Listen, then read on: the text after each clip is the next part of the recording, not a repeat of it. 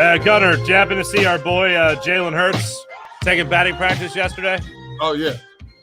But did you see our boy A.J. Brown taking batting practice? Well, he was a ball player, right? He was drafted in Major League Baseball. Did you see that swing? He jacked 3 out of the park. I was like, well, all right. Yeah, maybe he bats leadoff. Maybe after June you put him as leadoff hitter. I don't know, but there's something, I don't know what it is. And maybe this is just my own personal bias, but I feel like you can watch a lot of people pick up a football and throw a football and throw it well. I think you could find a lot fewer people that could pick up a baseball and throw it well or swing a bat and look like you've swung it before. Is that crazy? Am I crazy for that, or do you agree with that? Well, you're crazy, but that's another story.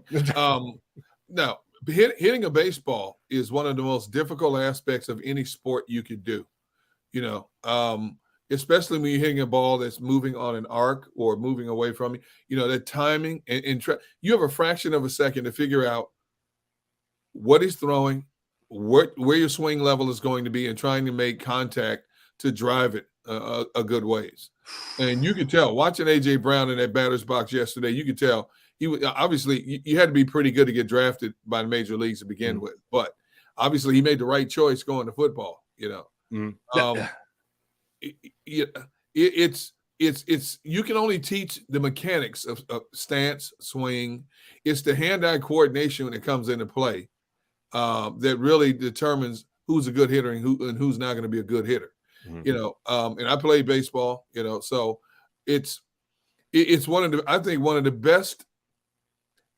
How do you describe it? Forms of competition within yourself. Oh yeah. Of trying to be a good contact hitter and adding power behind it as well. Now, naturally, a bigger guy is going to drive it a lot further in a lot of cases just because of the size. But you had a lot of small guys. Look at Joe Morgan. Joe Morgan was, the Hall of Fame second baseman for Cincinnati Reds. He was a smaller guy, like 5'6", 5'7", great power, and you see, Altuve, of Houston currently, good power for a guy as small as he is, The physical mechanics are a great thing. It's one of the most phenomenal things.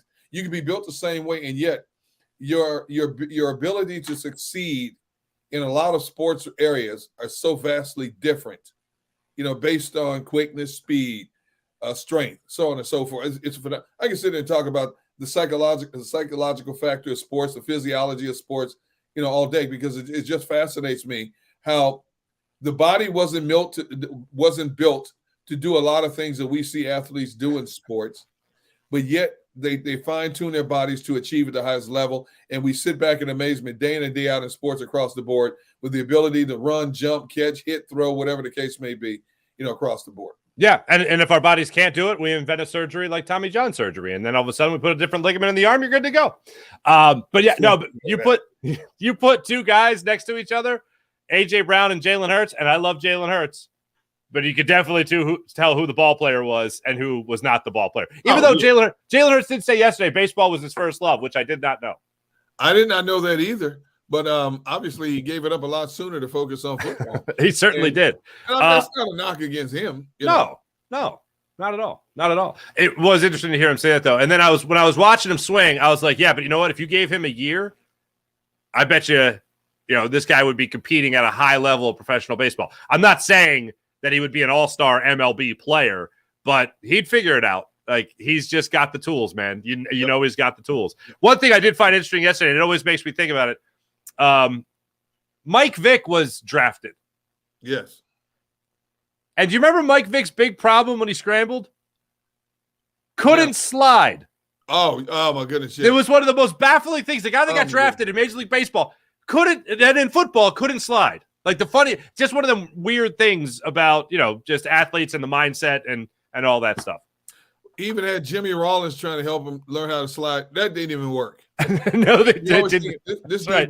He's about to lose an ankle real quick, and never got injured from his attempt to slide. But, at least Michael Vick was a big-bodied quarterback. If you look at Michael Vick's physique, it was not your standard quarterback physique. I mean, this dude could stand flat-footed and throw the ball 80 yards easily, There are a lot of quarterbacks that have to put a little oomph behind it, and to get it the distance. But Michael Vick was a special athlete, period. But we always made fun of him, and he made fun of himself for not being able to slide. It was the craziest thing I'd ever seen. How can you not get out, Mike? Couldn't do it. Couldn't do it. Not gonna do it. Was it the Wow, that's a pull. I think he was drafted by the Rockies, if I'm not mistaken. Right. But let's talk about that mindset for a second here with these athletes. Okay, so that's just one thing that happened yesterday. That was fun. But Lane Johnson spoke at length yesterday for his press conference, and Gunnar, I've never heard an athlete say this before. And he was asked about the contract extension that he got and essentially restructure as well, which gives him more money and also saves the club money in the long run. But he was asked if he wants this to be, does he think this will be his last contract? And he responded by saying, I hope so.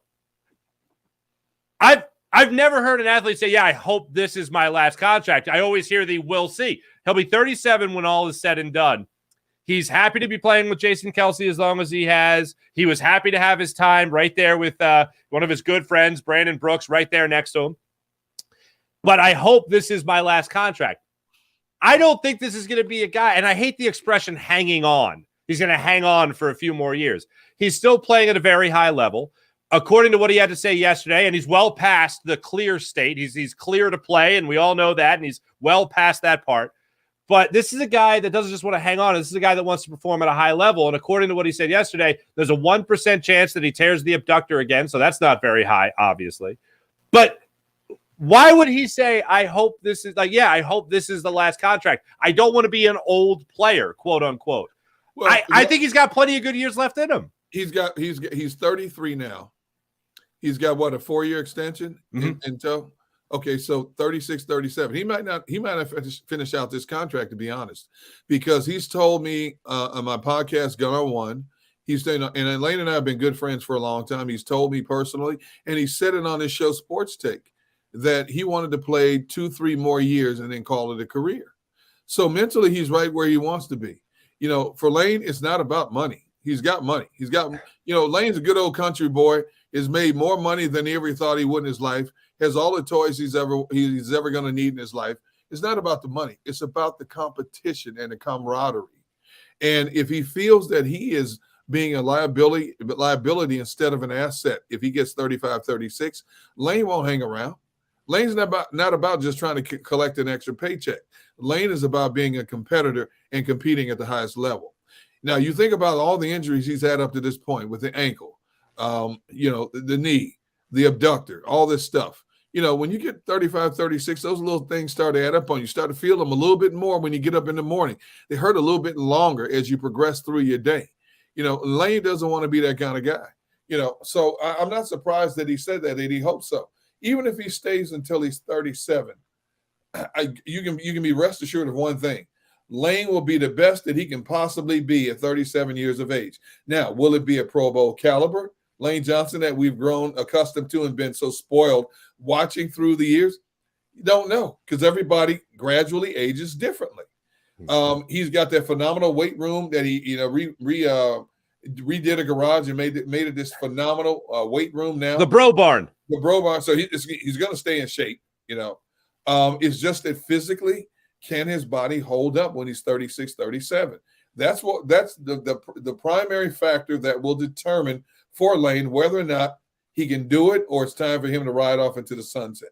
Mm-hmm. See, that's the interesting thing for me, and I think you hit it right on the head. It's the camaraderie that these guys have a hard time quitting. It's not about the money, and the money's great. I know to the average Joe, you're thinking about it and say, well, of course the money's a big deal. Yeah, but these guys have made a lot of money. You mentioned his own mindset, good old country boy. He's got a lot of money already. He's doing fine for himself. He's got more money than he even imagined. But then you think about leaving the locker room. And I can only imagine how tough it was for him to go on without Brandon Brooks on that offensive line, playing immediately to his left as the right guard in this offensive line. I can't imagine what it's going to be like for him whenever it is that Jason Kelce decides to call it a career. Right. And I don't look forward to these days. As much as you might like Cam Jurgens, and I do, I don't look forward to the moment where Jason Kelce is not on this offensive line. And then shortly thereafter, I also don't look forward to the day that Lane Johnson's not here. But these guys still have other friends around the league. Guys like Trey Thomas, guys like John Runyon. These guys still, and I'm not using the term hang on, and I know a lot of people use that, but they still found work elsewhere. Both of those guys went and played for San Diego, went and played for the Chargers. Harold Carmichael tells this story at the end of his career, going to play for the Cowboys. And he just couldn't do it. He only played a couple of games there. But I think that would be the hardest thing to quit. If you're a professional athlete, that camaraderie and knowing that your entire life has been dedicated to this sport. And if you're a guy like Lane Johnson, you dedicate your life not only to this sport, but to be a quarterback, and then to be a tight end, and then to be a right tackle. And then you make it into the NFL and you win a Super Bowl, and everything you have worked for your entire life is all of a sudden done. To hear the words out of his mouth, I hope so. I think what is more important to him, even than the camaraderie, and you mentioned this as well, is the idea of being the highest level of competitor that you can be. If I'm not going to be great, I want nothing to do with it. The most famous, I think, example of this in Philadelphia sports is Mike Schmidt. Mike Schmidt said, if I can't be that guy anymore, if I can't get to that ground ball like I should have when he retired in San Diego abruptly, if I can't get to that ball anymore, then I just don't want to be out here anymore. Because if I'm not going to be the best, I want nothing to do with it. I'm going to move on. And I got to say, I respect both angles. But when it comes to the idea of not being the best anymore, and that already weighing on Lane Johnson's mind, I got to respect the hell out of that as well. If I can't perform at the level and get to the bar I've already set for myself, I think that's a great thing. I think it's a great quality in a professional athlete. Mark, as you know, I've covered sports for over 4 decades, mostly football. And the two constants that whenever I've talked to athletes, either on the brink of retiring or after they've retired, is this. Number one, there's a percentage of athletes that are so afraid of what life after sports is like because they have no idea what they're going to do. They live for going to work, which is practice. They live for jaw-jacking with teammates, the travel, the notoriety behind it, getting free perks when they walk in a restaurant or other places. You know, you're put on this pedestal for most of your life, and you're paid to do it. You're paid to play a game that many of us dream of playing. You know, when you think about the percentage of athletes, men and women, that make it to the professional level, it's hovering around 1%. That's a small, minute group of people that are just phenomenal athletes that have been able to excel at the highest level possible. There are other people who know when their bodies are done, and they're true to themselves that it's time for me to walk away. They no longer look forward to the grind of getting up at the crack of dawn and working out and running and having to have coaches yell at them all the time and watching film studies and looking at tendencies. They get tired of that. And then there's the other faction. Their careers are ended abruptly by injuries. So it's threefold in a lot of ways. You won't see Tom Brady's in sports where you're playing until your mid-40s. That's a rare anomaly to see a dude and perform at a high level as he did. You just don't see that, especially in football. When you talk about the severity of injuries that linger as we focus on football after their careers are done, we're talking about debilitating injuries. A lot of guys walk with limps, constantly have to get therapy for injuries they've endured and leaving parts of their bodies across the United States at various stadiums. The head injuries are more alarming than ever before in this game. And you look at guys like Earl Campbell, who's still a young man in his 50s, who can't walk without a cane, who cannot go outside like him and Jim McMahon can't go outside without sunglasses on because looking into the sun causes migraine headaches. That's not the quality of life you envision after you're done playing sports, but it's a reality of what can and will happen to a lot of people. Mm-hmm. The back injuries. You know, a lot of these guys have to have surgeries after their careers are over just to fix them so that they can function as close to normal as possible in everyday life. Mm-hmm. You know, it's a tough mental grind and tug of war that athletes deal with every day. We know the end is coming soon, but you don't think about it when you're 22, 23. You think you can play forever. Mm-hmm. And then the landmines you have to sidestep. along the way? The injuries, being good enough constantly so that somebody wants you, not just for 3.5 years, which is the average in the NFL, but 10 or 12 years if you so desire. Oof. And see, people forget that these gladiators that we put on these pedestals, they're not just playing a game. You know, the sacrifices they make just to get up to play a game. You know, the stories that Brian Dawkins and Jeremiah Trotter and all these guys would tell me that in a lot of cases, because they played the game so physical, it would take them a full 5 or 6 days just to get their bodies right so they can go out there and do it again.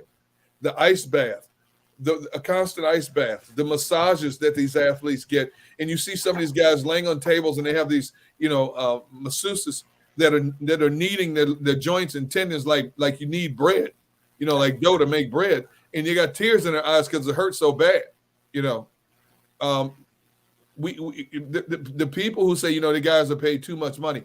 I'm of the belief, I don't care what you do in life. I don't care if you work Wall Street. I don't care if you're a sanitation engineer, a teacher, whatever you can make in life, I applaud it. As long as you're doing it legally. And if somebody's willing to play, you're worth whatever somebody's willing to pay you. That's the way I was with you. I was with you until the legal part. You lost me at the legal part. You know what? I am no longer a part of this show. Marcetta believes and says I have nothing to do with this. All the feds out there listening, don't come to me. Go to him.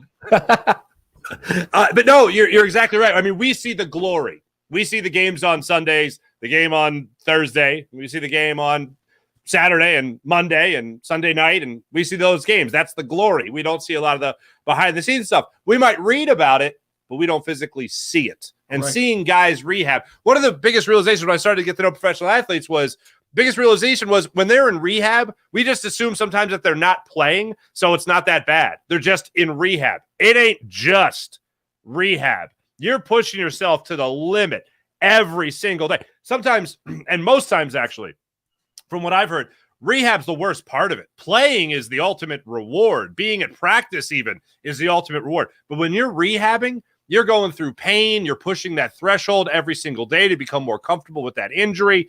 I mean, it's something that as a younger sports fan, when I thought about rehab assignments, I'm like, or not even rehab assignments, but just on the mend, I thought of that. Oh, so he's not playing? All right, so he'll be fresh when he gets back. Not necessarily at all. But that was one of the things that Lane Johnson got into yesterday was the idea of this could all be coming to an end in the next couple of years for him. So that's down the line. But right now, we know that next year, this coming season, Lane Johnson is going to be the right tackle for the Philadelphia Eagles again. And I'd say it's a pretty safe bet that he'll be at a Pro Bowl level, close to an all-pro level of right tackle for the Philadelphia Eagles. Yes. The question, Derek Gunn, is who's going to be playing between him and Jason Kelce? Who is going to be the right guard of the Philadelphia Eagles? Now, if I'm a betting man, which I am betting money that the right guard of the Philadelphia Eagles is going to be Cam Jurgens. However, unprompted, he was simply asked the question about what are you looking for in a right guard for this offensive line. With Isaac Seumalo signing with the Pittsburgh Steelers, you now have an opening at that spot technically. You and I think we agree that Cam Jurgens is going to be the guy. But when it comes to Lane Johnson's answer yesterday, he left some doubt out there. Now, it could be just gamesmanship, but he was talking about how Tyler Steen has really come on strong in OTAs. He's really learning the playbook well. He's strong as anything. And, of course, he's under the tutelage of Jeff Stoutland. So if you're under the tutelage of Jeff Stoutland and you're looking to make an adjustment on the offensive line, like even Andre Dillard was a left tackle at Washington, but let's not forget, he also played the guard position. So when they were trying to work him back into being a fill-in guard on this offensive line, Andre Dillard moved back to that role rather well, played actually decent in times he had to fill in. But when it comes to a guy like Tyler Steen, who's been a tackle throughout his college career, and the Eagles draft him, and to much to the surprise of everyone listening, they draft him as a guard. Is there a bigger competition at the right guard position for the Philadelphia Eagles than we have admitted to this point, Derek Gunn? Absolutely. Whoa. Jeff Stoutland is going to put his 5 best guys out there. You look at Cam Jurgens. He's 6'3", 303. You look at Tyler Steen, he's 6'6", 315, 6'5", 6'6", 315. You look at the Eagles' offensive line. Look at Landon Dickerson. Was he 6'5"? Look at Jordan Mailata. He's 6'8". Lane Johnson 6'5". I wouldn't put it past him. Put another. I mean, Jason Kelsey is a run of the litter at 6'3", barely scraping 300 pounds. You know, that's a formidable offensive line. If you have 6'5", 6'5", 6'5", 6'8" going across that offensive line, you know, you got 4 Mack trucks, 18-wheelers out there. You know, and all of them will tell you, as Landon Dickerson said yesterday, he'd rather punch than be punched, meaning they'd rather run block than pass block. Mm-hmm. You know, dude, you talk about road graders? Man, you and I can get out there and run for, I was going to say 1,000. 100 yards over a season. I can get 100 yards over a season behind that offensive line. Yeah, if you give me the ball 100 times, sure. Yeah. I got confidence they can open up a hole for me just to like lay down for a yard. I could get that. Exactly. You figure the push they get up front, you could trip and get at least 2 yards behind that offensive line. Yeah. When you get 15 carries a game, you know, your brain might be scrambled, but you get 30 yards a game rushing. I just jump on Jordan Mailata's back and say, "Go, fella, go! Just take me, go, big fella, go." I think it's something we haven't talked about enough. I feel like with this offensive line, and I hate to use the word spoiled, but I feel like we have been spoiled, and Jeff Stoutland has spoiled us. Howie Roseman has spoiled us. I never thought I'd say that. Howie Roseman has spoiled us by finding these guys at the offensive line that make you really confident in buying time for your quarterback, of course. Then you factor in the mobility of your quarterback, your MVP caliber quarterback, your NFC championship quarterback, your all-pro quarterback in Jalen Hurts. And then you throw in the running backs behind this. I mean, look, I know everyone was all, Bijan Robinson up, and I wouldn't have been against drafting him, but Howie still has a really good running back room. To talk further about what they were talking about yesterday, and I heard what Landon Dickerson had to say about rather do the punching than be punched, and we'll get to that, but Boston Scott, when addressing the media yesterday, talked about how they're the coolest guys in the room, the running back stable that they have right now with Kenny Gainwell, DeAndre Swift. Here's the obligatory healthy Rashad Penny, and obviously having a guy like Boston Scott back there as well as a 28-year-old running back.